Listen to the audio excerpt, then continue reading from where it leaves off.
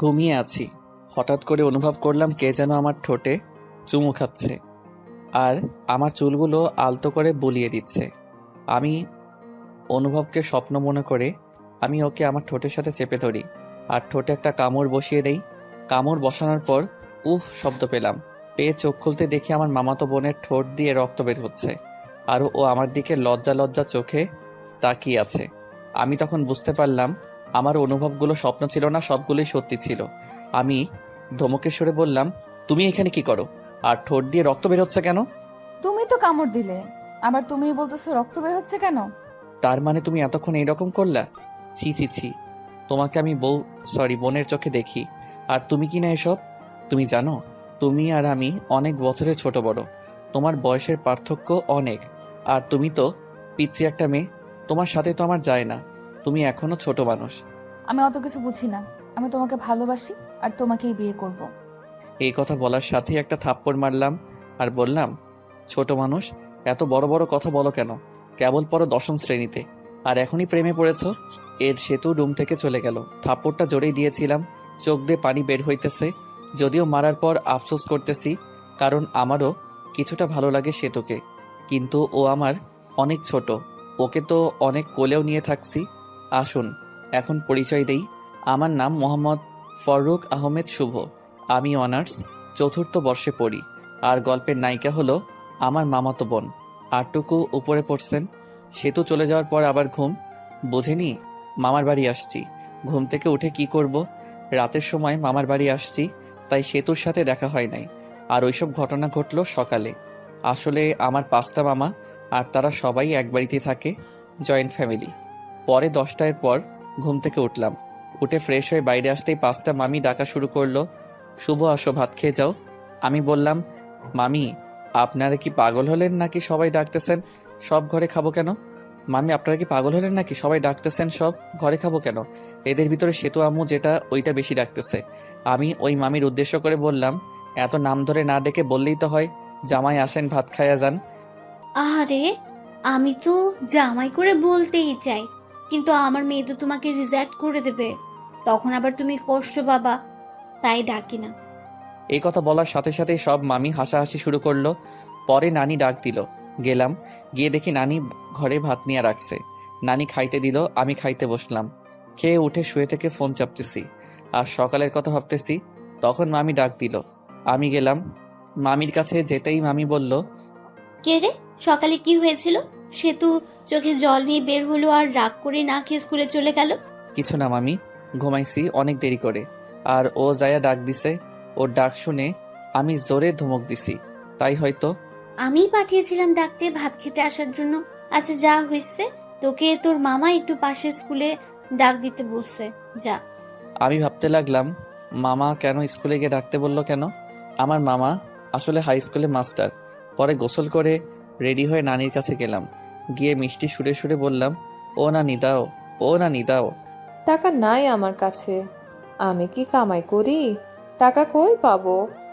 আরে ভাই ভাবছেন আমি ফকির না, কিন্তু ফ্রিতে টাকা নিয়ে খরচ করলে দরদ থাকে না। পরে অনেক কষ্ট করে টাকা নিলাম, নিয়ে গেলাম মামার স্কুলের দিকে। বেশি দূরে না, কাছেই মামার স্কুল। পরে স্কুলের মাঠে গিয়ে মামাকে গিয়ে ফোন দিলাম। ফোন দিয়ে বললাম, মামা আসতে বলেছিলেন। অফিস রুমে আছি, তুমি আসো। পরে গেলাম, গিয়ে সালাম দিলাম। রুমের ভিতর গেলাম। মামা বলেন, একটা কাজ করে দিবা আমার হয়ে? এইরকমভাবে বলছেন কেন? কাজ দেন, একটা 10টা করে দিব। তুমি তো জানো আমার মেয়ের রাগ কিরকম। সেতুকে বলেছিলাম ওকে আজকে শপিং করিয়ে দিব, কিন্তু স্কুলের একটা কাজের জন্য নিয়ে যেতে পারবো না। তুমি একটু শপিং করিয়ে নিয়ে আসো। ঠিক আছে মামা। মনে মনে আমার টাকার 12টা বাজবে আজকে। এই নাও টাকা। লাগবে না মামা, আছে আমার কাছে। যেভাবে নিচ্ছি ওইভাবে নাও, কথা বলো কেন? বাইরে মনে সেতু আছে, ডেকে শপিং এর কথা বলো, চলে যাবে। পরে টাকা দেখি 5,000। পরে সেতুকে দেখলাম বান্ধবীদের সাথে গল্প করছে। আমি এই স্কুলে পড়াশোনা করছি তাই সবাই চিনে, কেউ কিছুই বলে না। সরাসরি সেতুর কাছে গিয়ে ডাক দিলাম। প্রথম ডাক দেওয়ার পর শুনলো না। পরে বললাম, মামা টাকা দিয়েছে তোমাকে শপিংয়ে নিয়ে যাওয়ার জন্য, না গেলে থাক, টাকা মেরে দিব আর কম দামি ড্রেস এনে বলবো এটা কিনেছে। আমি এসব বলছি, আর সেতুর বান্ধবীগুলো আমার দিকে হা করে তাকিয়ে আছে। পরে সেতু ওর বান্ধবীদের দিকে লক্ষ্য করে দেখলো যে সবাই হা করে তাকিয়ে আছে আমার দিকে। এটা দেখে সেতু রেগে ওর বান্ধবীদেরকে বলল, ওভাবে দেখে লাভ নাই। ওই চিকনা শুধু আমার, ওর আমার বিয়ে ঠিক হয়েছে। বিয়ের কথা শুনে সেতুর বান্ধবী বলল, আমি তো ভাইয়ার সাথে কালকেও কথা বলছি, ভাইয়া তো বললো বিয়ের জন্য পাত্রী খোঁজা হচ্ছে। আরে তোমাকে বলছি মানে, আর তোমাকে তো আমি চিনি না। ভাই আমার আইডির নাম হলো মিয়া, আমি মন্দ না। ও তুমি সেই মেয়ে? তোমার সাথে বলার সময় ভেবেছিলাম তুমি হয়তো সুন্দরী না, কিন্তু এখন দেখে মনে হচ্ছে আসমান থেকে পরী নেমে এসেছে। এটা বলে সেতুর দিকে তাকাতেই দেখি সেতু আমার উপর রাগে কটমট করছে। মনে হইতেছে আজ তো খেয়ে ফেলবে। ভাইয়া ওইভাবে বলিয়েন না, লজ্জা লাগে। এটা বলার সাথে সাথেই সেতুর যত রাগ আমার উপর উঠেছিল, সব রাগ উঠেছিল, সব রাগ ওই মেয়েটার উপর, যারার জন্য। ইতি দাঁড়া, তোর রাগ ছুটাইতেছি। এটা বলে গিয়ে ইতিকি স্কুল ব্যাগ দিয়ে বাড়ি শুরু করলো আর বলল, শালা, তুই আর আমার হবু স্বামীকে মেসেজ দিবি না। যদি দেস তাহলে তোর 24টা বাজাবো। তুই আর আজে বাজে মেয়ের সাথে মেসেজ রিপ্লাই দিবি না, আর ব্লক করে দিবি। আমি নিশ্চুপ হয়ে শুনলাম।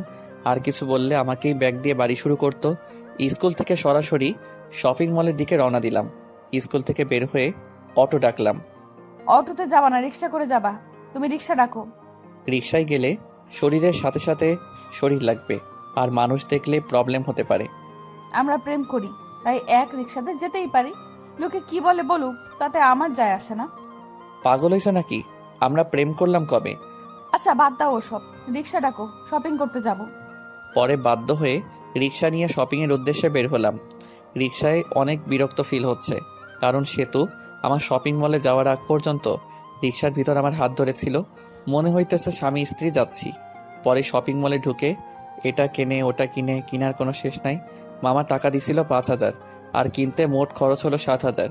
2,000 টাকা পকেট থেকে গেল। টাকার জন্য মনটা খারাপ হয়ে গেল। ভাই রে ভাই, মেয়েদের নিয়ে কখনো শপিং করতে যাইস না, জীবন তেনা তেনা বানাই ফেলাই দেয়। শপিং করা শেষ হলে বাড়ির উদ্দেশ্যে রওনা দিলাম। শপিং করতে করতে 3টা বেজে গিয়েছিল। টাইমের দিকে খেয়াল ছিল না, ক্ষুধাও লাগছে। তাই ভাবলাম রেস্টুরেন্টে যায়া কিছু খেয়ে নেই। সেতুকে বললাম, সেতু রাজি হয়ে গিয়েছে। দুজন খেতে গেলাম। রেস্টুরেন্টে ঢোকার সাথেই কে যেন মেইলি কণ্ঠে শুভ কইয়া ডাক দিল। আমি এদিক ওদিক তাকাতেই দেখি কেউ নাই।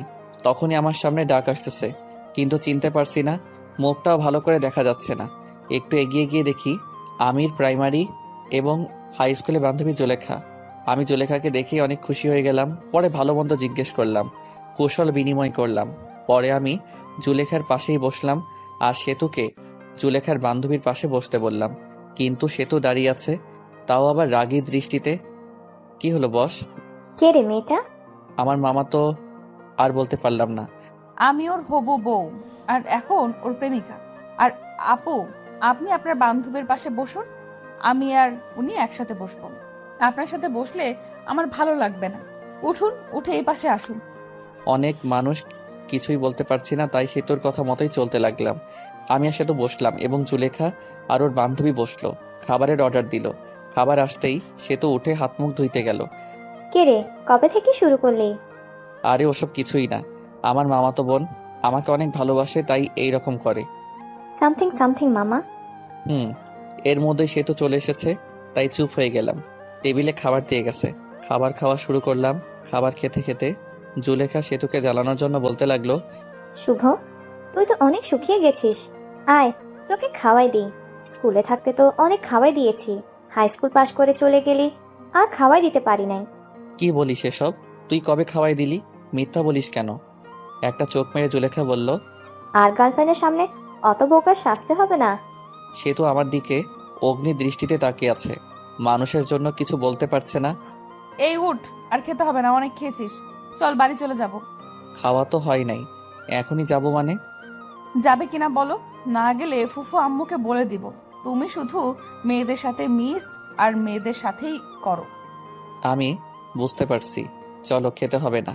ওঠার আগে সেতু জুলেখাকে বলল, টাকাটা দিয়ে দিয়েন। জুলেখা শুধু তাকিয়ে তাকিয়ে দেখছে। পরে রেস্টুরেন্ট থেকে চলে এসে রিক্সা নিয়ে বাড়ির দিকে রওনা দিলাম।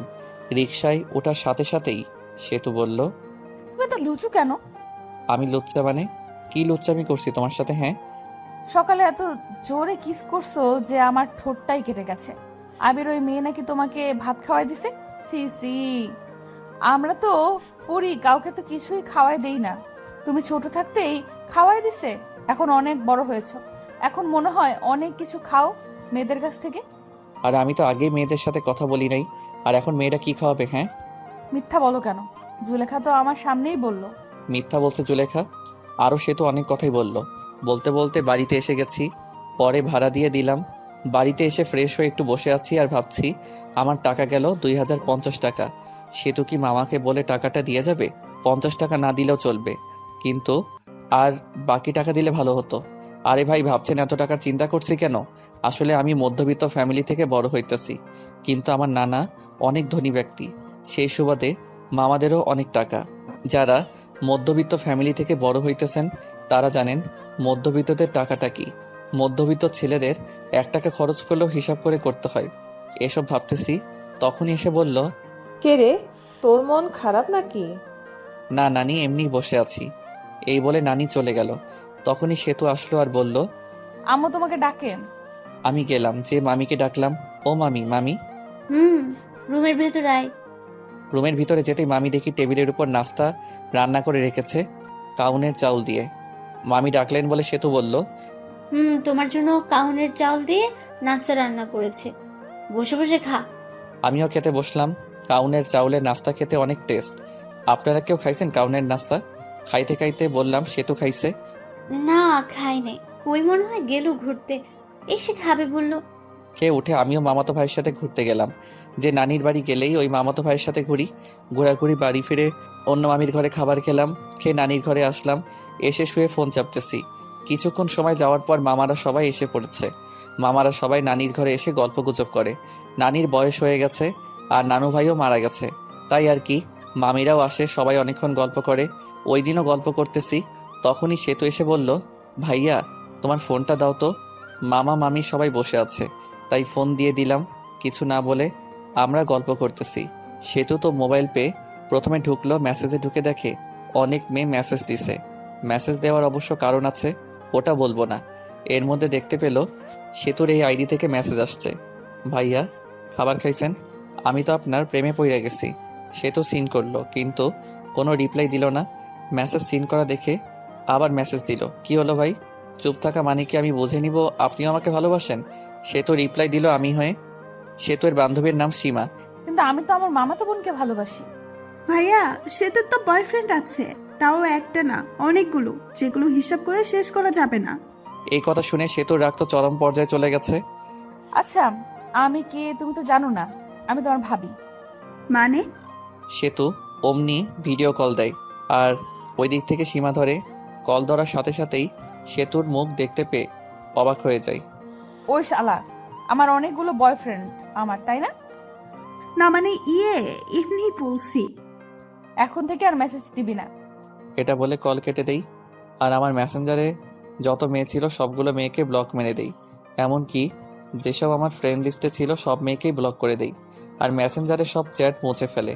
আর রিলেশন স্ট্যাটাস দেই, ইন এ রিলেশনশিপ। মা, ফোনটা শুভকে দিয়ে দিও। তুই এত বড় ছেলেকে নাম ধরে বললি কেন? ও তোর ভাই, আর তুই ফোন নিয়েছিস, তুই দিয়ে আয়। পাবো না। মামি আমাকে ফোন দিয়ে গেল। ফোন হাতে নিয়ে দেখি ফোনের সব কিছুই চেঞ্জ। ওয়ালপেপার দিছে সেতুর, আর লেখা ওয়ালপেপার পাল্টালে তুমি শেষ। পরে ডাটা অন করে মেসেঞ্জারে ঢুকলাম। মেসেঞ্জার একেবারে ভীম দিয়ে ঘষে পরিষ্কার করে ফেলেছে। তখনই একটা মেসেজ আসলো অচেনা আইডি থেকে। মেসেজে লেখা ছিল, শুভ সাহেব, এত ভেবে লাভ নাই, সব কিছু আমি ডিলিট করে দিছি। তোমার চ্যাট লিস্টে শুধু আমিই থাকবো। তোমার চ্যাট লিস্টে প্রথম ব্যক্তি আমি, আর শেষ ব্যক্তিও আমি। আর কোনো মেয়েদের সাথে কথা বলবা না, কথা বললে কিন্তু প্রবলেম হয়ে যাবে। তুমি কে, আর তুমি আমাকে চিনো কিভাবে? আমি চিনি তোমাকে, আর তুমিও আমাকে চেনো, তোমার আশেপাশেই আছি। আমি চিনতে পারছি, তুমি আর কেউ না, আমার কিউট বোন সেতু। ওই শালা, বোন বলা বাদ দিয়া বউ বললেই তো পারিস। সবাইকে কি বউ বানানো যায়? সবাইকে বলতে হবে কেন? শুধু আমাকে বলবা। তোমাকে বলবো কিভাবে? তুমি তো আমার আদরের ছোট বোন। তোকে কয়বার বলবো যে আমাকে আর বোন বলবি না? এরপরে বোন বললে তোর 12টা বাজিয়ে দিব। আচ্ছা বাদ দাও, অনেক রাত হয়েছে, ঘুমিয়ে পড়ো। ওকে। আমিও ঘুমালাম। সকালে উঠে বাড়িতে চলে আসব। ঘুম থেকে উঠে দেখি সেতু আমাকে জড়িয়ে ধরে শুয়ে আছে। এই সেতু, এইভাবে ধরে আছো কেন? মামি অথবা অন্য কেউ দেখলে কি ভাববে? কেবল তো এসে একটু জড়িয়ে ধরলাম, আর এইরকম করছো কেন? সেতু ছাড়তে চাইনি, আমি জোর করে ছাড়িয়ে নিলাম আর বললাম, তুমি এখানে কি করো? হ্যাঁ, আম্মু ডাকতে পাঠাইলো, তাই আসছি। তুমি যাও, আমি আসতেছি। সেতু মুখটা বেঁকিয়ে চলে গেল আর ফ্রেশ হতে চলে গেলাম। ফ্রেশ হয়ে মামির কাছে গেলাম। দেখি মামি অনেক কিছু রান্না করছে। মামি এত কিছু রান্না করছেন, কেউ আসবে নাকি? ফাজলামো করা বন্ধ কর। তুই আসোস, আসার পর যখন চলে যাবি তখন তোর জন্য প্রতিবারই রান্না করি। আমি মিষ্টি একটা হাসি দিয়ে খাবার টেবিলে বসলাম। পাশে সেতু ছিল, তাই সেতুর দিকে তাকিয়ে দেখি মুখটা মলিন হয়ে গেছে। মুখ মলিন হয়েছে হয়তো আমার যাওয়ার কথা শুনে। আমি থাকলে হয়তো কিছুদিন মজা করতে পারতো আমার সাথে। রংপুর চলে যাবা কবে? বিয়ে না করে যাব না মামি, আব্বু পাত্রী দেখতেছে। ওমা, তাই নাকি? চোখের সামনে পাত্রী থাকতে আবার পাত্রী খোঁজা লাগে? কিরে সেতু, মনে মনে কি বলিস? আসলেই বিয়ে করবা? আপনিও না মামি, বিয়ে করলে আপনারা জানবেন তো। খাবার খেয়ে রুমে এসে কাপড়গুলো ব্যাগে তুলতেছি, তখনই সেতু আসলো আর বলল, তোমার সাথে কিছু কথা আছে। আমি শুনতেছি, বলো। আমার হাত ধরে নিয়ে গিয়ে খাটের উপর বসালো আর সেতুর আমার সামনে দাঁড়িয়ে আছে। কিছু সেকেন্ড দাঁড়িয়ে থাকার পর সরাসরি আমার ঠোঁট দুটো লেপটে নিল ওর ঠোঁটের সাথে। কিছুক্ষণ পর ছেড়ে দিল আর বলল, আমি তোমাকে অনেক ভালোবাসি, তোমাকে ছাড়া আমি বাঁচবো না। আই লাভ ইউ শুভ। আমি স্তব্ধ হয়ে আছি, কি উত্তর দিব ভাবতে পারছি না। আমিও সেতুকে ভালোবাসি, কিন্তু আমাদের বাস্তবতা অনেক কঠিন। আমার মামারা আমাকে অনেক বিশ্বাস করে। উত্তর দাও, কি হলো? সেতু, তুমি পাগলামি করছো কেন? তোমার আমাদের সাথে যায় না, আর আমাদের সম্পর্ক কেউ মেনে নেবে না। মাঝখান থেকে আমাদের যে মধুর একটা সম্পর্ক আছে, এটা নষ্ট হয়ে যাবে। আর আমার মামা মামিদের ভালোবাসা থেকে বঞ্চিত হতে চাই না। আর তোমাকে ভালোবেসে তোমাকে নিয়ে হয়তো পালিয়ে গেলাম। পালিয়ে গেলে মামা মামিদের কাছে থেকে আগের মতো ভালোবাসা পাবো না। আর তোমরা উচ্চ ফ্যামিলির মেয়ে, আর আমরা নিম্ন মধ্যবিত্ত ফ্যামিলির ছেলে। তোমার আব্বুকে বললে সে কোনো কারণেই রাজি হবে না। এর ভিতর একটা কারণ হলো আমরা নিম্ন মধ্যবিত্ত। আর আমার আরেকটা সমস্যা আছে, যেটার কারণে আমি কোনোদিন হয়তো বিয়ে করতেও পারবো না। ওই সমস্যার কারণ শুনলে তোমার আব্বু আম্মু কেউ রাজি হবে না। আশা করি তুমি বুঝতে পারছো। তুমি এখন অনেক ছোট, আগে বড় হও, তখন সব কিছু বুঝতে পারবা। তুমি যে আমাকে ভালোবাসি বলতেছো, এটা তোমার আবেগ, যেটা বেশি দিন থাকবে না। কিছুদিন পর এই ভালোবাসা শেষ হয়ে যাবে, তখন আর আমাকে ভালো লাগবে না। তুমি তখন কলেজে যাবা, তখন তোমার অনেক বন্ধু বান্ধবী হবে, আর তোমার বন্ধুরা সবাই গার্লফ্রেন্ড বয়ফ্রেন্ড নিয়ে ঘুরতে যাবে। তুমি তো ঘুরতে পারবে না। তখন মনে হবে কার সাথে প্রেম করি, যার সাথে একদিনও ঘুরতে পারি না। কলেজে যাবা, আমার থেকে অনেক সুন্দর সুন্দর ছেলে দেখতে পাবা, আর তোমাকে প্রপোজ করবে কারণ তুমি অনেক সুন্দর। আর ওই প্রপোজ পেয়ে মনে মনে বলবা, কত সুন্দর সুন্দর ছেলে প্রপোজ করে, আর আমি কিনা পড়ে আছি শ্যামলা একটা ছেলের কাছে। তখন আর আমাকে ভালো লাগবে না, আমাকে তোমার বোরিং মনে হবে। এই শোনো, আমি আর এখন ছোট নাই। আমি সামনে এসএসসি পরীক্ষা দিব, আর যারা 10ম শ্রেণীতে পড়ে তারা ছোট হয় না। আমি বড় হয়েছি, আর আমি সবকিছুই বুঝি। আর তোমাকে আমি সত্যিই ভালোবাসি। এই ভালোবাসা কোনো আবেগ না। আমি তোমাকে 9ম শ্রেণী থেকে ভালোবাসি। I really love you. এটা কখনো সম্ভব না। কেন সম্ভব না বলো? আমার অনেক বড় একটা প্রবলেম আছে। কি সমস্যা আমাকে বলো, আমি সব রকম সমস্যায় মেনে নিব। তোমার মতো কত মেয়ে বলল, শুভ তোমার সমস্যা থাকলেও আমি তোমাকে ভালোবাসবো, আর শোনার পর সবাই চলে গেল। আমি যাব না, বলো। আর একটু বড় হও, তখন বলবো। ভালো থেকো। আবার মনে হয় কবে আসি না আসি, দেখা হয় না হয়। এই বলে ঘর থেকে বের হয়ে আসি আর চলে যাই নানির কাছে। সব মামা মামির সাথে দেখা করে বিদায় নিয়ে আসলাম। সেতুকে একবার ভালো করে দেখলাম, দেখি সেতুর চোখে জল এসে পড়েছে। পরে আমি বাড়িতে এসে সেতুর সাথে ঘটনাগুলো সব বলি, শুধু কিসের কথা বাদ দিয়ে।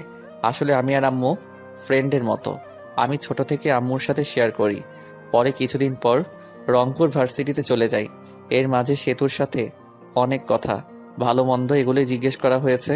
একদিন ভার্সিটিতে গিয়ে একটা মেয়ে বন্ধুর সাথে সেলফি তুলি আর ফেসবুকে পোস্ট করি। সেই পোস্ট সেতু দেখে ইনবক্স মাথায় তুলে ফেলে।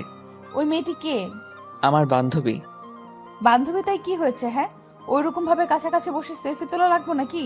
আমি তোমাকে কোনো মেয়ের সাথে সহ্য করতে পারি না। এরপর যদি আবার মেয়েদের সাথে সেলফি তুলো তাহলে আমি কিছু করে ফেলবো আর দোষ দিব তোমার। আচ্ছা ঠিক আছে, বলবো না। আমার অনার্সে পরীক্ষা দেই আর সেতু এসএসসি পরীক্ষা দেয়। সেতুর সাথে আমার অনেক কথা হয় 1 বছর। বলতে পারেন জিএফ বিএফ যেরকম করে কথা বলে আমরাও সেরকমভাবেই কথা বলি। 1 বছর সেতু আমার কাছে অনেকবার শুনতে চাইছে আমার প্রবলেম, কিন্তু আমি বলি নাই। এখন আমি চাকরি খুঁজছি আর সেতু ইন্টারে পড়ে। সেদিন শুধু জিজ্ঞেস করে, তোমার সমস্যাটা বলো।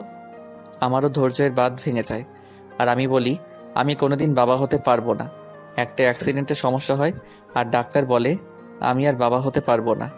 সে তো শুধু মেসেজ সিন করলো আর হার্ট একটা ইমোজি দিল। পরে অফলাইনে চলে গেল। আমি অবশ্য জানি কেন চলে গেল। আমার যে সমস্যা এটা জেনে কোনো মেয়ে বিয়ে করবে না, আর বিয়ে করবেই বা কেন? আমি কোনোদিন তাকে মা ডাক শোনাতে পারবো না। এই যে সমস্যার কথা বললাম এখানেও কিছু কারণ আছে। গল্পে থাকুন, জানতে পারবেন। গল্পের ভিতর টুইস্ট আনতে চাইতেছি। সেদিন সমস্যা বলার পর সেতু 3 দিন অনলাইনে আসে নাই। আমি ওকে মিস করতেছি অনেক। সেতু আমাকে অনেক কেয়ার করত, অনেক শাসন করত। তার দেওয়া মেসেজগুলো মিস করতেছি। 3 দিন পর অফলাইন আসলো। সেতুর নামের পাশে সবুজ বাতিটা জ্বলে উঠল। আমি একটা মেসেজ দিলাম, কেমন আছো? ভালো। বাড়ির সবাই কেমন আছে? ভালো। ভালো থেকো। হুম। পরে আর মেসেজ দিলাম না। একটু মনে মনে হাসলাম। হায় রে আবেগ, আগে কত কথা বলতো, এখন আর কথাই বলে না। মেসেজ তো দেয়ই না, আবার বলছে তোমাকে অনেক ভালোবাসি। সেতুর ভালোবাসা ছিল আবেগ, আর এই ভালোবাসার সমস্যার কথা শুনে জানালা দিয়ে পালালো। আর বলতো সমস্যা আছে তাই কি, অমনি ভালোবাসবো। আপনারা ভাবছেন হয়তো আমি কষ্ট পাচ্ছি না। আসলেই আমার কষ্ট হচ্ছে না। আজকে নতুনভাবে কেউ কথা বলা বাদ দেয়নি।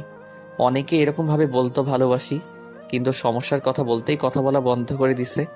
যদিও অন্য মেয়েদের থেকে সেতুর ব্যাপারটা একটু আলাদা, কারণ সেতুকে আমি ভালোবাসি। আর ভালোবাসাও না ভালো লাগা এই আর কি।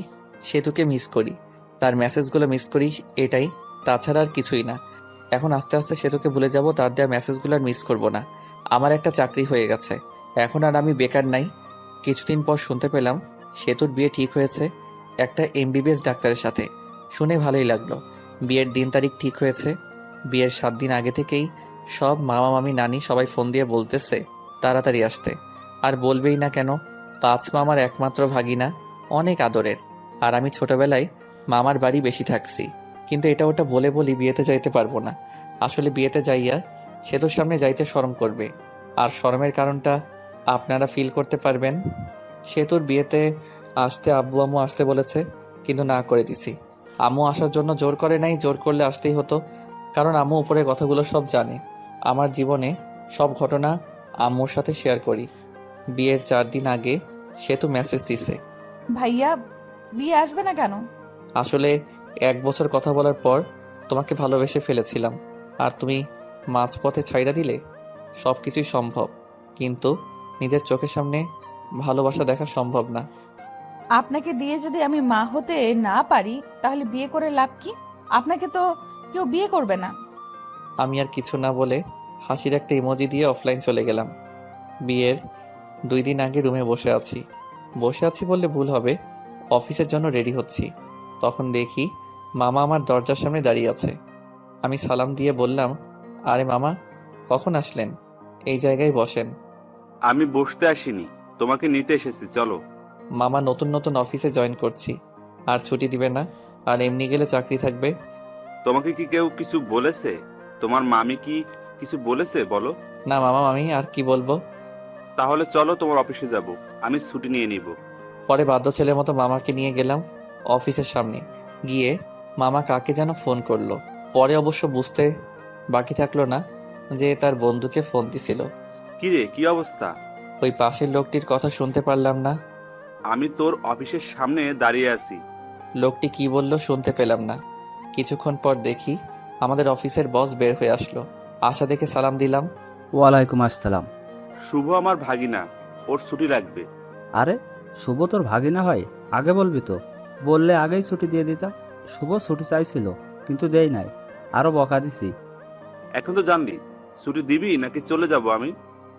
আরে তুই আইসে ছুটি না দিয়ে পারি বল? চল কিছু খাই। চল। পরে একটা রেস্টুরেন্টে গেলাম, গিয়ে খাইতে বসলাম। তা শুভ কি কাজ কিছু পারে না পারে না? পারে, কিন্তু নতুন তো, তাই মাঝে মাঝে সমস্যা হয়, কিন্তু পারফরমেন্স ভালো, আগাতে পারবে। হঠাৎ করে আসলি, ফোন দিয়ে আসতি, তোর ভাবি শুনলে খুশি হতো। সময় নেই রে, এখানে দুইটা কাজের জন্য এসেছি। এক হলো তোর সাথে দেখা করতে, আর ভাগিনাকে নিতে। মামা একটা কার্ড বের করে দিল আর বলল, বিয়ের দিন চলে যাইস, আমার মেয়ের বিয়ে, আর কোনো কিন্তু চলবে না বলে দিলাম। ঠিক আছে, চলে যাব। তাহলে আজকে উঠি রে, বাড়িতে অনেক কাজ, বুঝতেই তো পারছস। আচ্ছা যা। পরে আমরা চলে আসলাম, এসে সরাসরি নানির বাড়ি। নানির বাড়ি অনেক মানুষ, সবাই আমাকে দেখে কাছে আসলো, সবাই কথা বলল। কিছুক্ষণ পর আমার ছোট কিউট বোনটা আসলো আর বলল, আমার জন্য কি নিয়ে এসছো? কিছুই না। তোমার সাথে কথা নেই, যাও। ঠিক আছে না। নীলা আমাকে চকলেট দেয়গা। পরে ছোট বোন চকলেটটা নিয়ে দৌড় দিল। আমি আম্মুর সাথে কথা বললাম, বলে ফ্রেশ হয়ে কিছু খেয়ে নিলাম। সেতুর সাথে এখনো দেখা হয়নি, অনেক খুশিতে আছে মনে হয়। বিয়ের সব আয়োজন কমপ্লিট করা হলো। বিয়ের দিন যেটা ভাবি নাই ওই কাজটাই হয়েছে।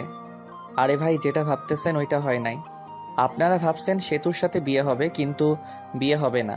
আসলে আমি মেয়েদের উপর কোনোদিন ক্রাশ খাই নাই, বলতে পারেন কাউকে প্রথম দেখাই ভালোবেসে ফেলিনি। কিন্তু সেতুর বিয়েতে একটা মেয়েকে দেখি, যাকে দেখে বুড়াই ফিদা হয়ে যায়, ভালোবেসে ফেলেছি। কিন্তু মেয়েটিকে চিনি না। মামার বাড়ির আত্মীয়দের যতগুলো মেয়ে আছে সবগুলোই চিনি, কিন্তু এই মেয়েকে চিনলাম না। অত ভেবে লাভ নাই, শুভ আগে ভাব কিভাবে মেয়েটাকে পটানো যায়। যেভাবে হোক বিয়ের কয়দিনের ভিতর পটাতে হবে, না পটালে হাতছাড়া হয়ে যাবে। যেই ভাবা সেই কাজ। দেখতে পেলাম মেয়েটা একাই বসে আছে। আমি তার কাছে গিয়ে বসলাম। বসে থেকে বুকের বাম পাশে হাত দিয়ে বলতে লাগলাম, উহ, আহ, ইস। আপনার কোনো সমস্যা হয়েছে? ডাক্তারকে ডাক দিতে বলবো? ওহ, ইস, দেখতেই পারছেন বুকের বাবাসে চিনচিন করছে। ডাক্তারকে ফোন করব? এই ব্যথা ডাক্তার দিয়ে ভালো হবে না। এই ব্যথা ভালো হতে হলে আপনাকে লাগবে গো, আপনাকে। আরে আপনি কি বলেন এসব? আপনি পাগল হয়েছেন নাকি? প্রেমে পড়লে যদি পাগল হতে হয় তাও হব তোমার জন্য। কি বলেন এসব? এই বলে মেয়েটি চলে গেল। আমি ওর চলে যাওয়ার দিকে তাকিয়ে রইলাম, ধ্যান ধরে বসে আছি। তখনই মামা বলল, শুভ এই কাজটা করতো। কাজ করতে চলে গেলাম, কিন্তু ওই মেয়েটির মায়াবী চোখ, এলোমেলো চুল, এত সুন্দর চাহনি, মিষ্টি মিষ্টি হাসি, সব মিলিয়ে পুরাই চোস। ভাবতে লাগলাম নামটা কিভাবে শোনা যায়। বাড়িতে যতগুলো লোক আছে তাদেরকে খাবার দিতে হবে, আর আমার দায়িত্ব হলো টেবিল ঘুরে ঘুরে দেখা। টেবিলের উপর সব কিছু রাখা হবে, সব আত্মীয়দের যা কিছু খাবে সব নিয়ে নিয়ে খাবে। ওইটাই দেখা লাগবো কোন জায়গায় তরকারি শেষ হলো, পানি শেষ হলো, কারো খাইতে প্রবলেম হইতেছে কিনা। এত কাজ আর বিয়েবাড়ির এত মেয়েদের মাঝে আমার চোখ শুধু ওই মেয়েটিকে খুঁজে। বিয়েবাড়িতে মেয়ে পটানো আর কথা বলার জন্য একেবারে পারফেক্ট জায়গা। অবশেষে সবাইকে খাইতে দেওয়া হলো। অনেকে আসলো, কিন্তু ওই মেয়েটিকে আসতেছে না। কিছুক্ষণ পর সেতুর বড় বোনের সাথে আসলো ওই মেয়েটি। পরে খাবার পরিবেশন করা হলো। আমি আসতেই রিধি আপু যে টেবিলে বসেছে ওই টেবিলে গেলাম। রিধি আপুকে বললাম, একা খাচ্ছ? একলা খাবো কেন? এই যে কত মানুষ আমার আশেপাশে। আচ্ছা, আমাকে সাথে নিয়ে খাইলেও তো হয়। একটা মাংসের টুকরা খাওয়াই দাও। হ্যাঁ কর, খাওয়াই দিতেছি। আপা, এই মেয়েটার নাম কি? কোন মেয়েটা? তোর ডান পাশেরটা। ও, এর নাম হলো আফরিন। এ হলো। আর কিছু শুনতে চাই নাই, নামটা দিয়েই চলবে। আচ্ছা, মেয়েদের নাম শুনে কি করবে? আবার প্রেমে পড়ে গেলে নাকি? আফরিন শুধু সবকিছু শুনতেছে আর অবাক দৃষ্টিতে আমাদের দিকে দেখছে আর খাচ্ছে। কি যে বলো না তুমি! প্রেমে পড়ে কি করবি? ফুপুকে বলে একটা বিয়ে করে ফেল, বয়স তো আর কম হলো না, আর কিছুদিন গেলে বুড়ো হয়ে যাবি, বউ পাবি না। আফরিনের মতো সুন্দর একটা মেয়ে পেলে তো এখনই বিয়ে করে ফেলতাম। আফরিন একটু কাশি দিল, খাক খাক করে। আর নিধি, কি বললি তুই? আর আমি এটা বলে ওখান থেকে চলে আসলাম। বেশিক্ষণ থাকলে প্রবলেম হয়ে যেত। সবার খাবার খাওয়া শেষ হলো, তখন মামা বলল, শুভ তুমি কি কিছু খাইছো? না মামা। তুমি তাহলে নিজের রুমে যাও, খাবার পাঠিয়ে দিতেছি। কিছুক্ষণ পর সেতুর শ্বশুর বাড়ি থেকে লোক আসবে, তখন তো আর খাইতে পারবা না। খাবার খেয়ে ভালো ড্রেস পরে এটা পরিবর্তন করো, গরমে ঘামের কারণে ড্রেসটা নষ্ট হয়ে গেছে। ঠিক আছে মামা। পরে চলে গেলাম নিধি রুমে। গিয়ে দেখি নিধি, আফরিন আরো কয়েকটা মেয়ে বসে থেকে ফোন চাপছে। আমাকে দেখে নিধি বলে উঠল, ক্যারে বান্দর, এখানে কি করস? আফরিনের দিকে তাকিয়ে থেকে বললাম, তাকে না দেখে আর থাকতে পারলাম না। কাকে রে? বুঝবি না রে।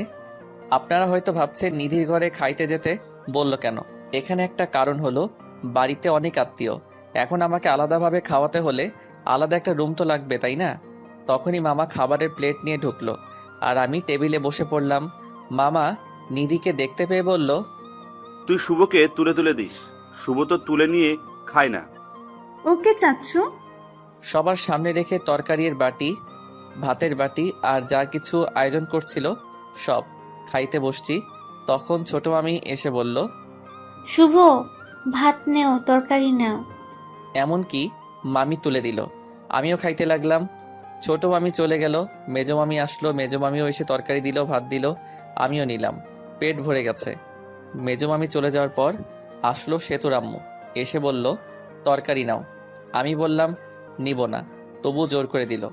এদিক দিয়ে তো আমার অবস্থা খারাপ। পরে সেজো মামি এসে আরও দিয়ে গেল। আমার পেটে তো ঢুকে না। পিছনে তাকিয়ে দেখি নিধি আর ওর সাথে বসে থাকা মেয়েগুলো হাসতেছে। আর কাটা ঘায়ে নুনের ছিটা দেওয়ার জন্য নিধি এসে বলল, চামচ দিয়ে মাংস প্লেটে দিয়ে বলল, এই নিয়ে খা, বেশি করে খাওয়া। আমার অনেক রাগ উঠে গেল, মনটাই চাইতেছে ধরে পিটাই। প্লেটে মাংস দিয়ে নিধি পাশের চেয়ারে বসলো আর ওর সাথে মেয়েগুলোকে ডাক দিল। আই, আমরা সবাই ওর পাশে বসে থাকি, যাতে ও খাওয়া বাদ দিয়ে পালাতে না পারে। ব্যাককেল মেয়েগুলো সবাই পাশে এসে বসলো, সাথে আফরিন সহ। আফরিন মনে মনে বলতেছে, আমাকে অনেক জ্বালাইছস, এখন একটু প্রতিশোধ নেই। আফরিনও মাংস তুলে দিল আর বলল, খাও, খাইলে শরীর ভালো থাকবে। আফরিন এই কথা বলার সাথে সাথে বললাম, ভাবছিলাম খাবো না, কিন্তু এখন খাবো। হাজার হলেও আমার গার্লফ্রেন্ড এত আদর করে দিল, আমি কি না খেয়ে পারি? আফরিন তো রাগে ফায়ার, আর বাকি মেয়েগুলো হাসতেছে। এর মধ্যেই নিধির একটা কল আসে, আর একটু দূরে যাই কথা বলার জন্য। তখনই আফরিন আবার মাংস দেয় রাগ করে। আদর করে দিছি, খা, না খেয়ে উঠতে পারবি না। এবার দেওয়া দেখে রাগ উঠে গেল, এত খাবার খাওয়া যায় নাকি? রাগ ওঠার কারণে মাংসের ঝোল ঠোঁট দিয়ে ভরিয়ে নিলাম আর আফরিনের অপ্রস্তুত অবস্থায় সরাসরি লিপ কিস করি। লিপ কিস করেই দৌড়। পরে আর আফরিনের সামনে যাইনি। কিছুক্ষণ পর সেতু শ্বশুরবাড়ির লোক আসবে, সেই জন্য সবকিছু আরো সুন্দর করে সাজানো হলো। কিন্তু যেই সময় এই সেতু শ্বশুরবাড়ির লোকজন আসার কথা ছিল, ওই সময় পার হয়ে যাচ্ছে, কিন্তু কেউ আসছে না। তখন মামা কল করে ঘটকের কাছে। ঘটক মনে হয় কি বলল, তা শুনে মামা চোখে পানি এসে পড়েছে এবং মামা মাথায় হাত দিয়ে বসে পড়ল। পরে আমি আরো মামা এগিয়ে গেলাম, গিয়ে জিজ্ঞেস করলাম কি হয়েছে। মামা যা বলল তাতে তো আমার হুঁশ উড়ে যাওয়ার মতো অবস্থা। কথা হলো, সেতুর যার সাথে বিয়ে হওয়ার কথা ছিল সে নাকি অন্য মেয়েকে নিয়ে পালিয়ে গেছে। বাকি মামারা ওই মামাকে সান্ত্বনা দেওয়ার জন্য বলল, চিন্তা করিস না, আমরা তো আছি। সেতুর আব্বু উঠে আমার দিকে তাকালো আর বাকি মামারাও আমার দিকে তাকালো। তারপর মামারা কি মনে হয় চোকাচুকি করে চলে গেল আমার বাপের কাছে। আব্বুকে কি যেন বলল, আব্বুও হ্যাঁ হু করলো। পরে আম্মুর কাছে গিয়ে ওই কথাগুলোই বলল। পরে আম্মু আমার কাছে আসলো আর বলল সেতুকে বিয়ে করতে, কিন্তু আম্মু, সেতু তো আমাকে পছন্দ করে না। তখনই আমার মামারা এসে পড়লো আর বলতে লাগলো, শুভ না করিও না, বুঝতেই তো পারছো। পরে আমিও রাজি হয়ে গেলাম। বর সেজে গিয়ে মণ্ডপে বসে পড়লাম। বিয়ে পড়ানো শেষ হলো, বর কনে একসাথে করে মিষ্টি করানো হলো। একটু আর চোখে আফরিনকে দেখলাম, দেখে আফরিন মনটা খারাপ করে আছে। হয়তো আফরিনও ভালোবেসে ফেলেছিল আমাকে। যার কপালে যার নাম লেখা থাকে ঘুরে ফিরে সেই জীবন সঙ্গী হয়। পরে বিদায় নিয়ে চলে আসলাম আমার বাড়ি। আগে ফোন দিয়ে বলা হয়েছে ঘর সাজানোর, তাই ঘর সাজিয়ে রেখেছে। এসে বউ আগে ঢুকানো হলো। কিছুক্ষণ পর আমি গেলাম, দেখি সেতু ঘোমটা দিয়ে বসে আছে। আমি গিয়ে একটু কাশি দিলাম, সেতু বসেই আছে। কোনো সারা শব্দ না পেয়ে আমি গিয়ে সেতুর ঘোমটাটা তুললাম। তখন সেতু বলল, আপনার লজ্জা করে না হাঁটুর বয়সী মামাতো বোনকে বিয়ে করতে? আমি শক খেয়ে গেলাম। যখন প্রেম করতে চেয়েছিলে তখন এই কথাটা কোথায় ছিল? আর তোমাকে বিয়ে করতে চাইনি, তোমার বাপেই বিয়ে করাই দিছে। আচ্ছা বলেন তো, আপনাকে বিয়ে করে লাভটা কি? আর আপনার সাথে থাকা আর কোলবালিশের সাথে থাকা একই কথা। আপনি তো কোনোদিন বাবা হতে পারবেন না। আমি কি ইচ্ছে করে এই রোগে আক্রান্ত হয়েছি? আল্লাহ এরকম চাইছে তাই আমি বাবা হইতে পারবো না। কত স্বপ্ন ছিল ডাক্তার বেটাকে বিয়ে করে 2টা বাচ্চা নিব, কত মজা করব, কিন্তু ডাক্তার বেটা অন্য বেটিরে নিয়ে ভাগ্যে গেল। কপাল খারাপ আমার। আমরা একটা বাচ্চা কিনে নিয়ে আসতে পারবো তো, তাই না? পালন নেওয়া বাচ্চা আর নিজের গর্ভধারণ করা বাচ্চার মধ্যে অনেক পার্থক্য। আর আমি আপনার সাথেই তো থাকবো না, কিছুদিন যাক, ডিভোর্স দিয়ে দেব। ডিভোর্সের কথাটা শুনে মনটা খারাপ হয়ে গেল। বাসর রাতে ডিভোর্সের কথা শুনতে হইতেছে। কত স্বপ্ন ছিল এই রাত নিয়ে, কিন্তু স্বপ্নগুলো স্বপ্ন রয়ে গেল। কপাল। বাসর রাতের কথা চিন্তা করতেছি। সেতুর দিকে তাকিয়ে দেখি সেতু ঘুমিয়ে গেছে। আমিও সেতুর পাশে শুয়ে পড়লাম। সকালে সেতুকে জড়িয়ে ধরে ঘুমিয়ে আছি। আমার ঘুম সেতুর আগেই ভাঙছে, কিন্তু উঠি নাই, কারণ সেতুকে জড়িয়ে শুয়ে থাকতে ভালোই লাগছে। তখনই সেতুয়ের ঘুম ভেঙে গেল, আর সেতু নিজেকে ছাড়ানোর চেষ্টা করছে, কিন্তু পারছে না। পরে সেতু এমন একটা কাজ করলো যে কাজটা আমি ভাবতেই পারি নাই। সেতু আমার কাছে থেকে ছাড়াতে না পেরে গালের ভিতর চিমটি মারল, আর আমিও বলে উঠলাম।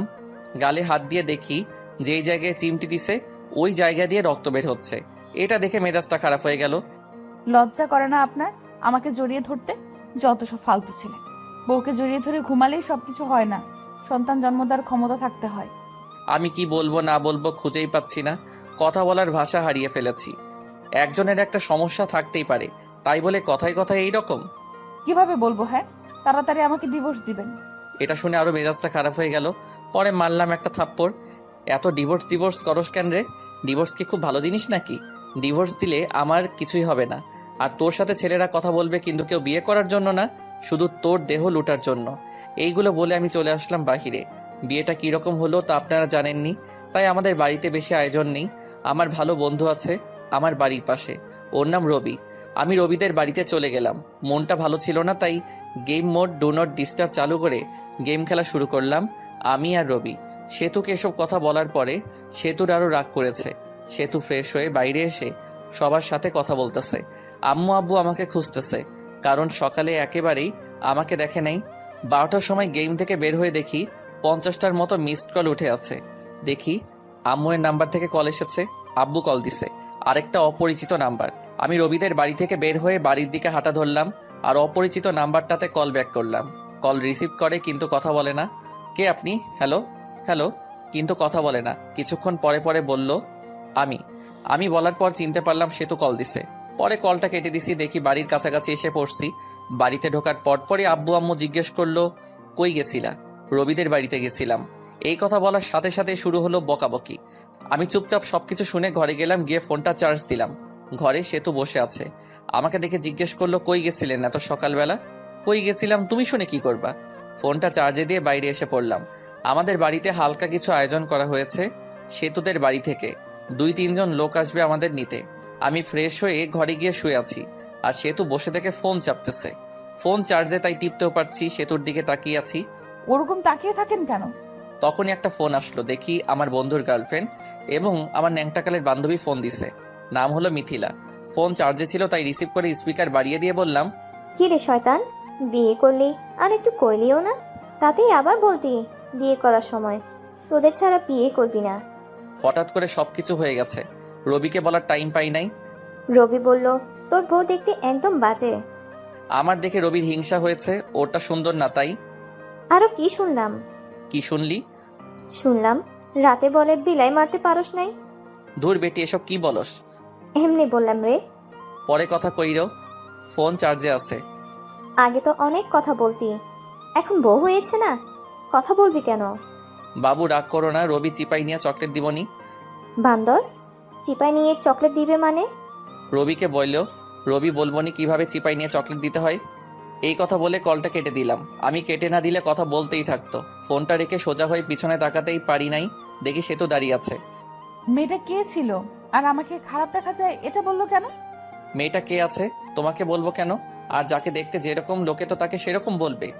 তুমি ওকে বাবু বললা কেন? ভালো লাগছে তাই বলছি। আর আপনি থেকে তুমি বলছো কেন? আমি তোমার বড়, সম্মান দিয়ে কথা বলবা। সে তো ঘরে বউ রেখে অন্য মেয়ের সাথে কথা বলতে লজ্জা করে না? লজ্জা করবে কেন? তোমাকে তো ডিভোর্স দিয়ে দিব। এটা শুনে রাগ করে সেতু চলে গেল, আর আমি শুয়ে রইলাম। কিছুক্ষণ পর সেতুর বাড়ি থেকে লোকজন আসলো। খাওয়া দাওয়া করে শ্বশুর বাড়ির দিকে রওনা দিলাম। শ্বশুর বাড়ি যাওয়ার পর সেতুকে জ্বালানোর জন্য। মেয়েদের বলতে কাছের মানুষকে জ্বালানোর সহজ উপায় হলো কাছের মানুষের সামনে অন্য মেয়েদের সাথে কথা বলা।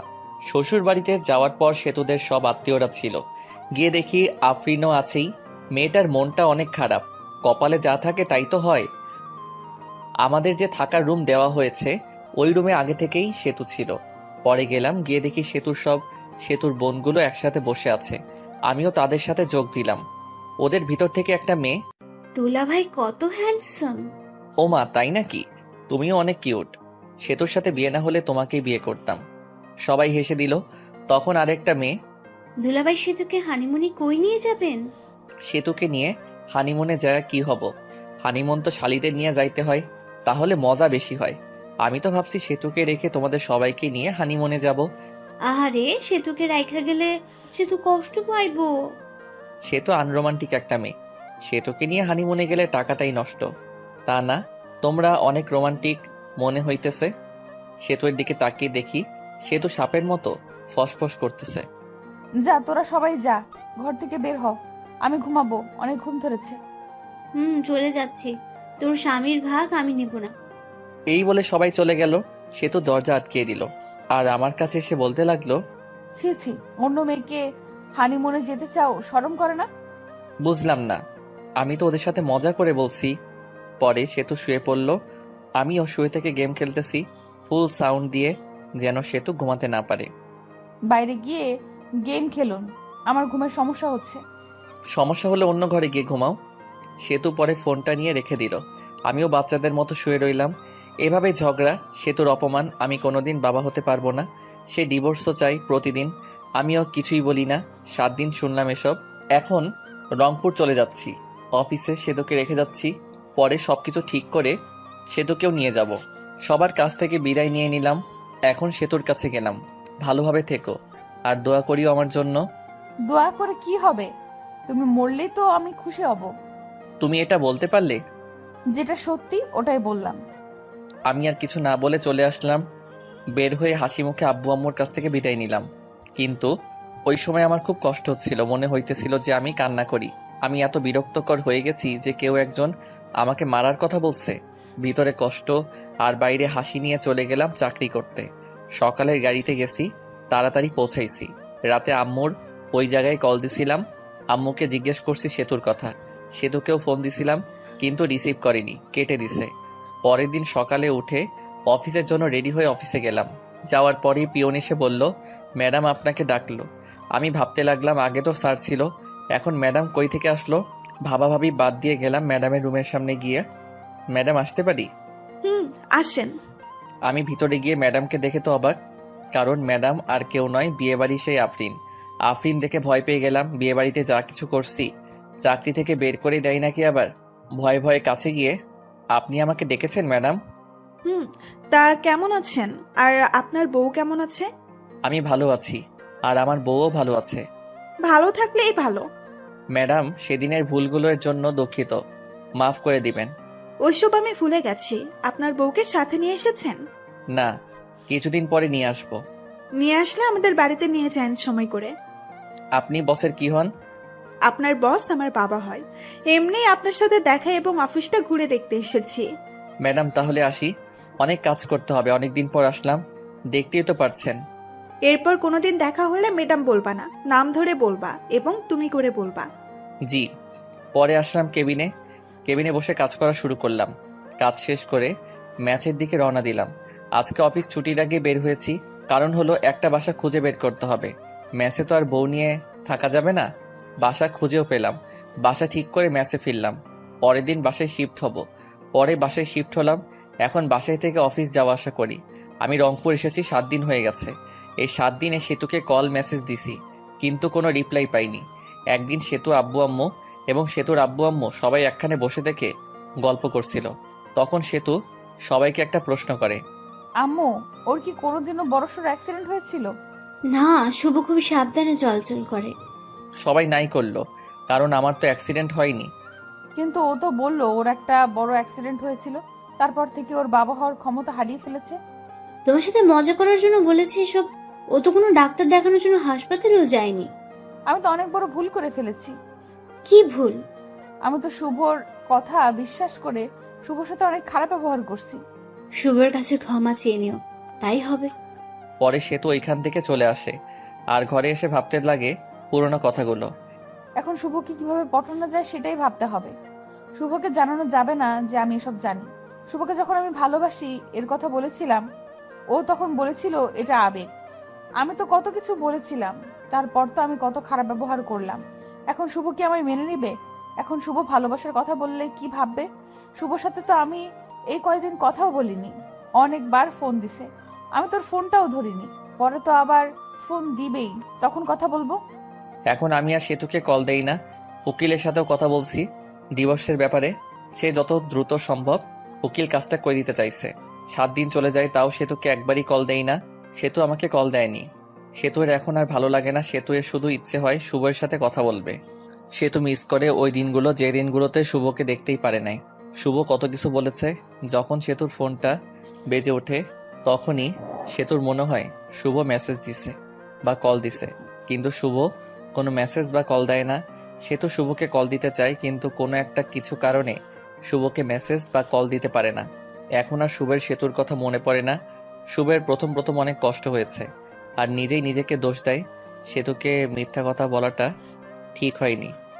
এদিকে সেতু সবসময় মন মরা হয়ে বসে থাকে, কারোর সাথে বেশি কথা বলে না, শুধু শুভের কথা ভাবে। শুভের সাথে কথা মন চায় কিন্তু পারে না। ধৈর্য ধরে থাকে শুভ তাকে ফোন দিবে, কিন্তু শুভের নাম্বার থেকে কল আসে না। 1 মাস হয়ে গেছে, কিন্তু শুভ আর সেতুর মাঝে কথা হয় না। সেতু আর থাকতে না পেরে শুভকে কল দেয় রাতে, তাও আবার 12টার সময়, যে সময় শুভ ঘুমে মগ্ন হয়ে আছে। প্রথমবার ফোন ঢোকার পর ফোন রিসিভ করলো, কারণ শুভ তো ঘুম ভাঙেনি। পরের বার কল দিতেই শুভের ঘুম চোখে দেখে একটা কল এসেছে। পরে নাম্বার না দেখেই কলটা রিসিভ করে বলে, হ্যালো, কে? আমি। আমিটা কে? আমাকে চিনতে পারোনি? আমি সেতু। আরে বোন, কোন সেতু? আর এত রাতে ঘুমে ডিস্টার্বের জন্য কল করছো কেন? আমি তোমার বউ সেতু। বউ কথাটা শুনে শুভ নাম্বারটা ভালোভাবে দেখলো। সেতুই কল দিছে। পরে ভাবতে লাগলো, আব্বু আম্মুয়ের কোনো কিছু হলো নাকি এত রাতে ফোন দিছে সেতু? আব্বু আম্মুর কিছু হয়েছে নাকি ফোন দিচ্ছে? আব্বু আম্মুর কিছুই হয়নি, কথা বলার জন্য ফোন দিছি। ফাইজলামি রাখো। বিএফ লগে ভাইগা গেছো নাকি আবার এখন প্রবলেম হয়েছে দেখে ফোন দিছো? আচ্ছা, কোনো কিছু ভেবো না, সরাসরি আমার এখানে চলে আসো, আমি সবাইকে ম্যানেজ করে নিব। ঘরে স্বামী থাকতে অন্য পুরুষের সাথে পালিয়ে যাব কেন? স্বামী তো শুধু কাগজে কলমে। আচ্ছা বাদ, কালকে অফিসে যেতে হবে ভাই। আর এত রাতে কোনোদিন কল দিবা না, যত সব ফালতু। এটা বলে ফোনটা কেটে দেই আর বন্ধ করে রেখে ঘুমিয়ে পড়ে। এদিকে সেতুর মনটা আরো খারাপ হয়ে যায়। আমি কি এতটাই খারাপ ব্যবহার করেছি যে শুভ ভেবে নিতেছে আমার বয়ফ্রেন্ড আছে? ছি, নিজেকে নিজের উপর ঘৃণা হচ্ছে। আর কিভাবে শুভ আগে মেসেজ দিত, কেমন আছো, কি করো, কথা বলার জন্য ফোন দিত, আর এখন কথাই বললো না, ঘুরে ফিরে আমাকে অপমান করলো। সারা রাত না ঘুমিয়ে পার করে রাত, আর ডিসিশন নেই শুভের এখানে চলে আসবে, কারণ শুভ বলেছিল বাসা ভাড়া নিচ্ছে, আর যেতেও বলেছিল আমাকে। সকালে উঠে আব্বুর কাছে গিয়ে বলে, আব্বু আমাকে শুভর বাসায় রাইখা আসেন, আমি যাব, এটা ওকে বলবেন না। আব্বুও মেনে নেয়, আর বিকেলের গাড়িতে তারা রওনা দেয়। আমার এখানে এসে আব্বুর দরজায় কলিং বেল চাপ দিই। শুভ তখন ভাবতে থাকে এই সময় আবার কে আসলো। অলসতা নিয়ে দরজা খুলতে যায়, দরজা খুললে তো অবাক শুভ। শুভ তখন আব্বুকে বলে, তোমরা আসবা, বলবা না? আসলে স্ট্যান্ডে আগায় যেতাম। সেতু বলল তোকে সারপ্রাইজ দেবে, তাই না জানিয়ে চলে আসলাম। আচ্ছা বসো, তোমাদের খাবারের ব্যবস্থা করি। শুভ সেতুর সাথে কোনো কথাই বলে নাই। একবার তাকিয়ে দেখেছিল সেতু অনেক শুকনা হয়ে গেছে। মনে হলো অনেক দিন ধরে খাবার ঠিক মতো খায় না আর ঘুমায়ও না। সেতুকে দেখেও না দেখার ভান করলো। সেতু আমার দিকে অসহায়ের মতো তাকিয়ে আছে। সেতুর দিকে লক্ষ্য না করে আমি খাবার কিনতে গেলাম। অবশ্য নিজেই রান্না করে খাই। আজকে শরীরটা ভালো ছিল না, তাই রান্না করিনি। হোটেল থেকে খাবার এনে আমি আব্বু সেতু খাইতে বসছি। তুমি কি প্রতিদিন বাজারের কেনা খাবার খাও নাকি? না আব্বু, রান্না করেই খাই। আজকে ভালো লাগছিল না, তাই রান্না করিনি। তোমরা আসবে জানলে রান্না করতাম। আরে ভাই, আমি সব কিছুই রান্না করতে পারি। এই সব কিছু রান্না আমার মা আমাকে শিখাইছে। খাবার খেয়ে আব্বুকে রুমে দেখিয়ে দিলাম আর আমি আমার রুমে চলে আসলাম। সে তো আগে থেকে আমার রুমে গিয়ে বসে আছে। আমার রুমটা অনেক সুন্দর করে সাজিয়ে রেখেছি।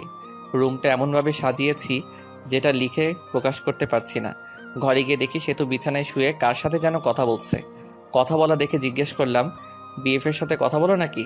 তখন সেতু ফোনটা রেখে, আচ্ছা তোমার সমস্যাটা কি বলো তো? সেদিন এই বিএফ এর কথা, আবার আজকেও বলতেছো বিএফ এর কথা। আমি অতটাও খারাপ না যে ঘরে স্বামী রেখে অন্য ছেলের সাথে প্রেম করব। পরবর্তীতে এরকম কথা বলবেন না। স্বামী তো শুধু কাগজে কলমে, কিছুদিন পর তো ডিভোর্স হয়ে যাবে। ডিভোর্সের পর পটাতে হবে, তাতে সময় লাগবে। ডিভোর্সের পর যেন তাড়াতাড়ি বিয়ে করতে পারো সেই জন্য হয়তো আগেই পটিয়ে রাখছো। আর হ্যাঁ, তোমার জন্য একটা খুশির খবর আছে। আমি উকিলের সাথে কথা বলছি, কিছুদিন পরই ডিভোর্স পেপার দিয়ে দিবে। তখন আর আমার মুখ দেখতে হবে না। ডিভোর্সের কথা শুনে সেতুর মুখটা শুকিয়ে গেছে, আর সেতুর চোখের জল এসে পড়েছে। ওদিকে লক্ষ্য না রেখে বললাম, শুয়ে পড়ো, রাত অনেক হয়েছে। সেতু চুপচাপ অন্যদিকে হয়ে শুয়ে পড়ল। আমিও কোলবালিশটা জড়িয়ে ধরে ঘুমিয়ে পড়লাম। সকালে ঘুম থেকে উঠে দেখি সেতু আমাকে জড়িয়ে ধরে ঘুমিয়ে আছে। জড়িয়ে ধরে আছে দেখে সেতুকে ধমক দিয়ে বললাম, আমাকে জড়িয়ে ধরে আছো কেন? আমাকে জড়িয়ে ধরে থাকতে পারো না, কারণ আমার সন্তান জন্ম দেওয়ার ক্ষমতা। এটা বলে ওয়াশরুমে চলে গেলাম। পরে সেতু রান্না করলো, আমি বসে থেকে ফোন চাপলাম। খাবার খেয়ে আমি অফিসের জন্য বের হলাম, আর আব্বু বলল চলে যাবে, তাই তাকে গাড়িতে উঠাই দিতে বাস স্ট্যান্ডে গেলাম। আব্বুকে গাড়িতে তুলে দিয়ে আমি অফিসে চলে গেলাম। অফিসে যাইতে দেরি হয়েছে। অফিসে গিয়ে ডেস্কে গিয়ে বসতে বসতে পিয়ন এসে বলে গেল, ম্যাডাম যাইতে বলছে। ম্যাডাম অনেক দিন পর আসলো। পরে গেলাম, জিয়ে নাম ধরে ডাক দিলাম, আফরিন কেমন আছো? ভালো। তুমি কেমন আছো? আর অফিসে আসতে দেরি করলা যে? আব্বু সেতুকে ডাকতে এসেছিল, আমি আব্বুকে গাড়িতে তুলে দিয়ে আসলাম, সেই জন্য দেরি হলো। ও, তোমার বউ এসেছে? কালকে আমার জন্মদিন, সেই জন্যই আসছিলাম তোমাকে দাওয়াত দিতে। সো সেতুকে নিয়ে চলে যাবা। আমাদের বাড়িতে না গেলে কিন্তু আমি কেক কাটবো না বলে দিলাম। আরে তোমার জন্মদিনে আমি না যাই, আমি তো আগেই যাব। হাসিটা অনেক সুন্দর। ঘরে বউ রেখে আরেকজনকে ইমপ্রেস করার চেষ্টা নাকি শুভ সাহেব? না, যেটা সত্যি ওটাই বললাম। হুম, আমি তাহলে কাজ আছে। ঠিক আছে, যাও। পরে এসে কাজ করতে লাগলাম। কাজ করা শেষ করে দুপুর টাইম হয়েছে, তখন ফোনটা বেজে উঠল। ফোনটা হাতে নিয়ে দেখি সেতু কল দিছে। রিসিভ করার ইচ্ছা না থাকা সত্ত্বেও কলটা রিসিভ করলাম। হ্যালো, কে? আমি। ফোন দিছো কেন? দুপুরে খাবার খাইছো? খাইলেই কি আর না খাইলেই কি? আমার অনেক কিছু। তোমার সাথে কথা বলার সময় নাই। এটা বলে ফোনটা কেটে দিলাম। আপনারা ভাবছেন সেতুর সাথে এরকমভাবে কথা বলছি কেন? সেতু যেদিন আমাকে মরে যাওয়ার কথা বলেছে, সেদিন থেকে সেতু আমার মন থেকে উঠে গেছে। মনে থেকে একবার উঠে গেলে ওই মনে ওই মানুষটিকে বসানো যায় না। দুপুরের খাবার খেয়ে আবার কাজ করা শুরু করলাম। কাজ শেষ করে বাড়িতে গেলাম। যাওয়ার পর সেতুকে বললাম, আমি কিছু কেনাকাটা করে যাব, তোমার কি কিছু লাগবে? আমি একটা নতুন ড্রেস কিনবো। আমি ফ্রেশ হয়ে আসতে আসতে তুমি রেডি হও। আমি ফ্রেশ হয়ে এসে দেখি সেতু সুন্দর করে সেজে বসে আছে। সেতুকে ঠিক হলুদ পরীর মতো লাগছে। সেতুর দিকে হা করে তাকিয়ে আছি। সেতু বলল, ওইরকম করে তাকিয়ে থাকলে আমি ক্ষয়ে যাব। পরে আমার হুঁশ ফিরল। আমিও রেডি হয়ে বাইরে এসে রিক্সার জন্য দাঁড়িয়ে আছি। তখনই একটা রিক্সা থেকে ভার্সিটির ভালো একটা বান্ধবী নেমে এসে জড়িয়ে ধরে বলল, দোস্ত, কি খবর? কেমন আছিস? তোর তো খোঁজ খবর পাওয়াই যায় না। এরকমভাবে কেউ জড়িয়ে ধরে নাকি? মানুষ দেখলে কি ভাববে? সেতুর দিকে তাকিয়ে সেতু তো পুরাই আগুনের মতো গরম হয়ে আছে। এর মধ্যেই সেতু বলে উঠল, এই ফালতু মেয়ে, এভাবে জড়িয়ে ধরে আছেন কেন? শুভ, কে রে এই মেয়ে? এই হলো। আমি হলাম ওর বিয়ে করা বউ। তুই বিয়ে করলি কবে? আমাকে একটু জানালিও না। আপনারা জানায় কি হবে? ওর থেকে 2 ফিট দূরে গিয়ে দাঁড়ান। শুভ ভাবি এরকম করে কথা বলছে কেন? ওর একটু রাগ বেশি তো, পরে তোর সাথে কথা বলিও। পরে বান্ধবী চলে গেল। ওই মেয়েটা আপনাকে জড়িয়ে ধরলো কেন? ছি ছি, আপনার লজ্জা করে না ঘরে বউ রেখে অন্য একটা মেয়ের সাথে এসব করতে? না জানি কত মেয়ের সাথে এরকম করেন। আমাকে দেখে কি লুচ্চা মনে হয়? হ্যাঁ, এর কোনো মেয়ের সাথে কি করি আর কি না করি সেটা আমার একান্ত ব্যাপার। এখন আর তোমার একান্ত ব্যাপার নাই, কারণ তোমার বউ আছে, আর বউটা হলাম আমি। তুমি তো আমাকে স্বামী হিসেবে মানোই না। কিছুক্ষণ চুপ থাকলো সেতু। আচ্ছা, আমাকে মাফ করে দাও, আগের ব্যবহারের জন্য দুঃখিত। আমাদের বাচ্চা না হলেও আমরা একটা বাচ্চা কিনে নিয়ে আসবো। আমি ভাবতে লাগলাম, সেতু এসব বলতেছো কেন? আগে তো খারাপ ব্যবহার করতো না। ও জেনে ফেলছে আমি ওর কাছে মিথ্যা বলছি। কিভাবে? মার্কেটে চলে আসছি, চলো শপিং করি। পরে কিছু কেনাকাটা করলাম, আর আফরিনের জন্য একটা গিফট কিনলাম। সেতু জামা কাপড় কিনলো। কিনে বাসায় এসে আমাদের রাখা জিনিসগুলো রেখে সরাসরি চলে গেলাম আফরিনদের বাড়ি। গিয়ে দেখি অনেক সুন্দর করে সাজানো। যদিও জন্মদিন পালন করার আমি পছন্দ করি না। আমরা বাড়ির ভেতরে ঢুকতে আঙ্কেল আন্টি আফরিন আমাদের দেখে খুশি হয়ে গেছে। সেতুকে দেখে আরও বেশি খুশি হয়েছে। সেতু আফরিনের সাথে চলে গেল আর আমি একা একা বসে আছি, কারণ আমার পরিচিত কেউ নাই। বসে থেকে গল্প লিখতেছিলাম। অবসর সময় পেলে গল্প লিখি। তখনই একটা মেয়ে এসে বলল, আপনি শুভ ভাইয়া না? হুম, আমি শুভ। আপনাকে চিনতে পারলাম না। আমি আপনার একজন গল্প পাঠক, আপনার সাথে অনেক কথা হয়েছে মেসেজে। মনে মনে আমি তো অনেক মেয়ের সাথেই কথা বলি, এটা আবার কে? আপনার গল্পগুলো অনেক সুন্দর। আমি তো আপনার প্রেমে পড়ে গেছি। আমার প্রেমে মানে? আসলে আপনার গল্পের প্রেমে পড়ে গেছি। এখন তো তুমি পিচ্চি মামাতো বোন গল্প লিখতেছো। এই গল্পটাও অনেক সুন্দর। শুক্রিয়া। আপনার সাথে একটা সেলফি তুলি? আমি কি কোনো ভিআইপি ব্যক্তি নাকি যে সেলফি তুলতে হবে? তুলতে হবে। মেয়েটি যেই সেলফি তুলতে এলো তখনই সেতু এসে ওই মেয়েকে একটা ধাক্কা দিয়ে ফেলে দেয় আর বলে, এই তোমার সমস্যা কি? হ্যাঁ, এতক্ষণ কথা বলছো, ভালো কথা, তাই বলে শরীরের উপর এসে এভাবে সেলফি তুলতে হবে? ভাইয়া কেউ নেই। পিচ্ছি মামাতো বোন আমার বউ। আপনি লিখেছিলেন সেতু আপনাকে দেখতে পায় না আর ভালোবাসে না। ভালো না বাসলে তো এরকম রিয়াক্ট করতো না। এখন হয়তো ভালোবাসে। মেয়েটি চলে গেল। আমি চলে গেছি আর অন্য মেয়ের সাথে টাঙ্কি মারা শুরু করছো। এখন থেকে আমার সাথে বসে থাকবা। রাত 11টার সময় আমি সেতু, আফরিন আর আফরিন কিছু বন্ধু বান্ধবী বসে থেকে মজা করছি। হ্যালো ফ্রেন্ডস, তোমাদের একটা কথা বলবো। তোমাদেরকে বলেছিলাম আমি কারো প্রেমে পড়েছি, কিন্তু নামটা বলি নাই। আজকে নামটা আমি বলবো। তাকে আমি প্রথম দেখেই ভালোবেসে ফেলেছিলাম।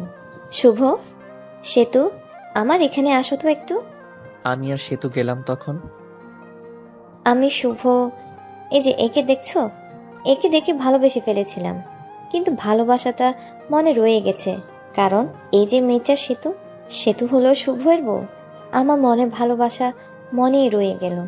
ভালোবাসা মানুষকে আপন পেলাম না। সেতু, বেস্ট অফ লাক, তোমাদের সংসার সুখের হোক।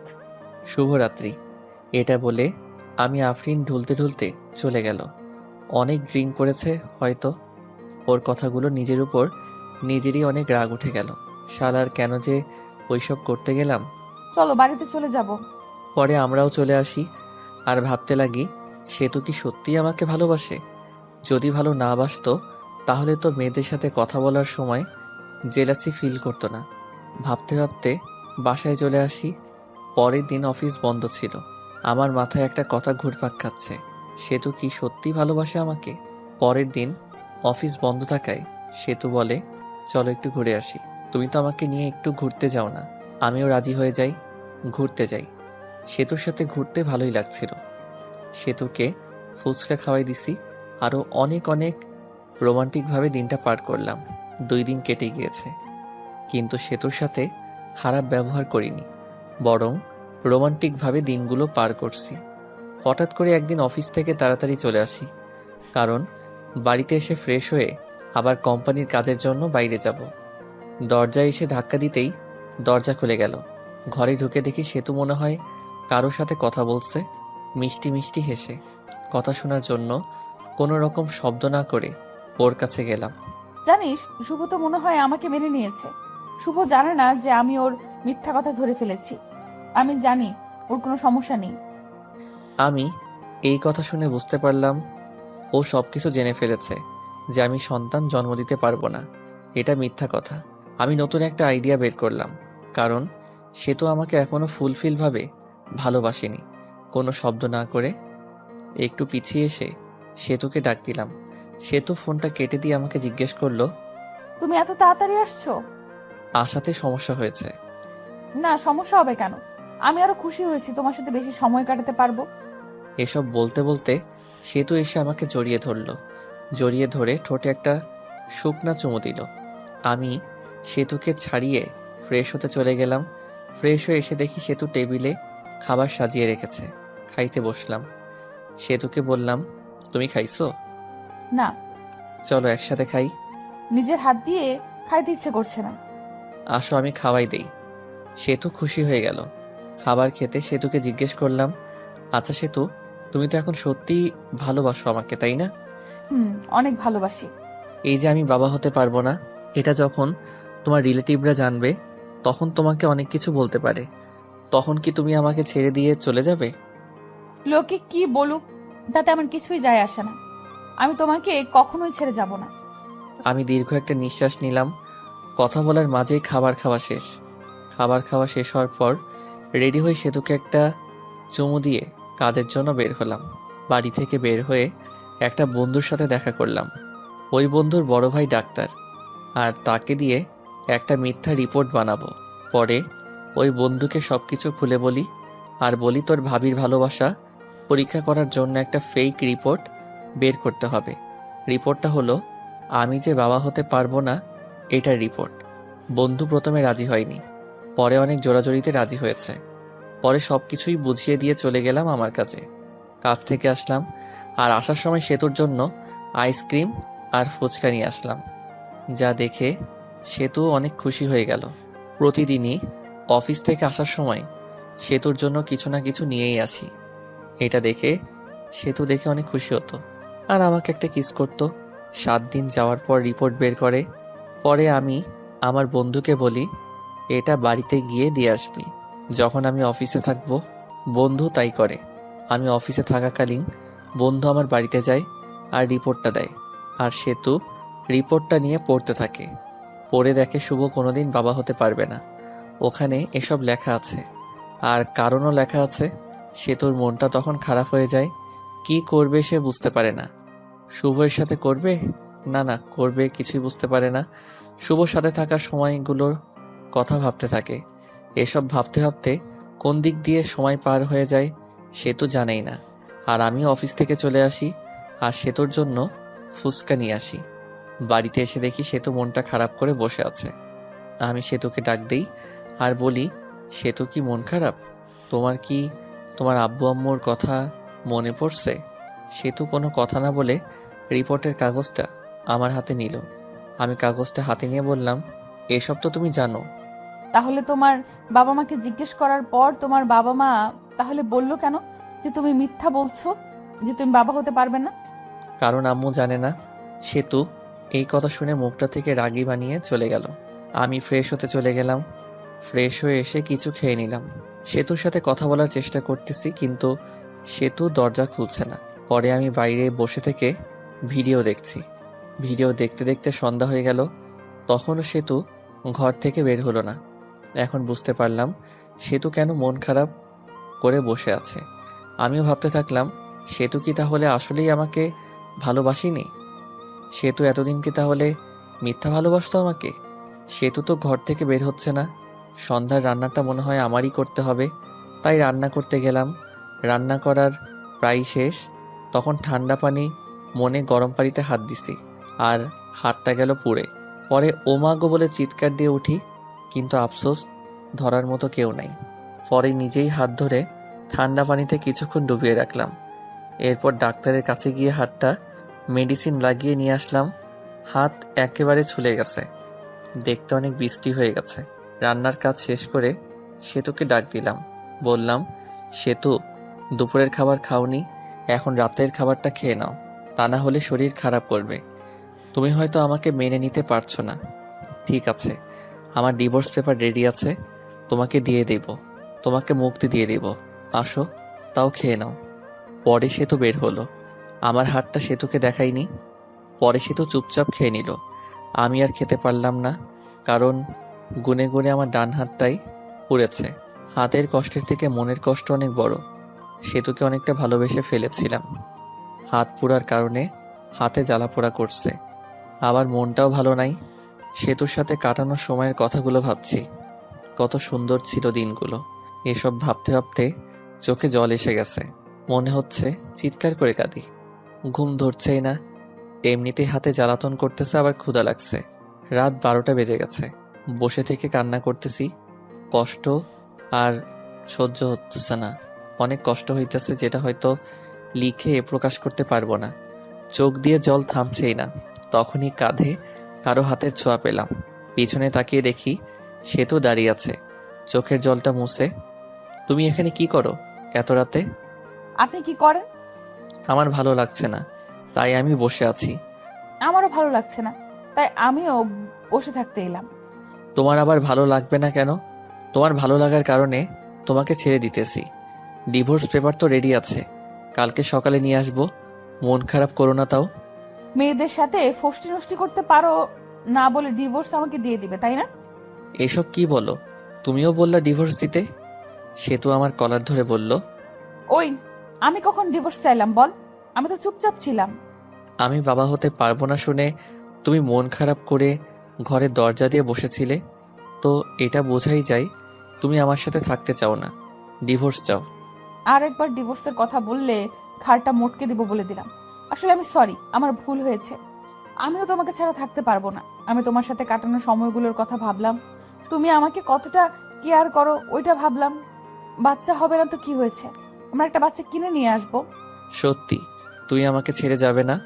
মরার আগ পর্যন্ত যাব না। আজকে ব্যবহারের জন্য ক্ষমা প্রার্থী। আমরাই তো। সেতুকে আমাকে জড়িয়ে ধরে আছে, আমিও ধরছি। রোমান্টিক ওয়েদার আমাদের মাঝে। সেতু শরীরের সাথে একটু ডান হাতটা লাগলেই উফ বলে উঠলাম। কি হয়েছে তোমার? আমি তখন সেতুকে হাতটা দেখালাম। সেতু তো চমকে উঠল। এরকম হলো কেমনে? আজকে রান্না করার সময় এরকম হয়েছে। সেতু এর চোখে জল এসে গেছে। আমি আসলে সরি, আমার সন্ধ্যার সময় এরকম ভাবে থাকা উচিত হয় নাই। তোমার অনেক কষ্ট হচ্ছে তাই না? হুম তাহলে তুমি তো ভাতও খাও নাই, তাই না? হুম পরে সেতু প্লেটে ভাত নিয়ে এসে আমাকে খাওয়াই দিল। আমি খাইতেছি আর মাঝে মাঝে হাতে কামড় দেই। খাবার খাওয়া শেষ করে আমার বুকের উপর সেতু শুয়ে আছে। আমি সেতুর মাথায় হাত বুলিয়ে দিচ্ছি। পরে দুজনেই ঘুমিয়ে পড়ি। এখন থেকে শুরু হলো রোমান্টিক সংসার। হঠাৎ করে একদিন সেতু মাথা ঘুরে পড়ে যায় আর আমি ডাক্তারখানায় নিয়ে যাই।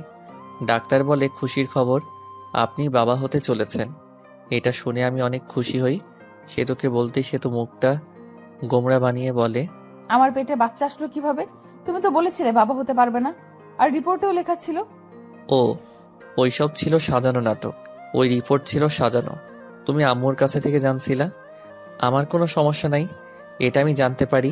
আর আমি তোমার ভালোবাসা কতটুকু সত্যি এটা জানার জন্য এসব করছি। তুমি ভালো না, তুমি অনেক পচা। রাগ করো না লক্ষ্মী সোনা, একটু হাসো প্লিজ। সেতু একটা মিষ্টি হাসি দেয়।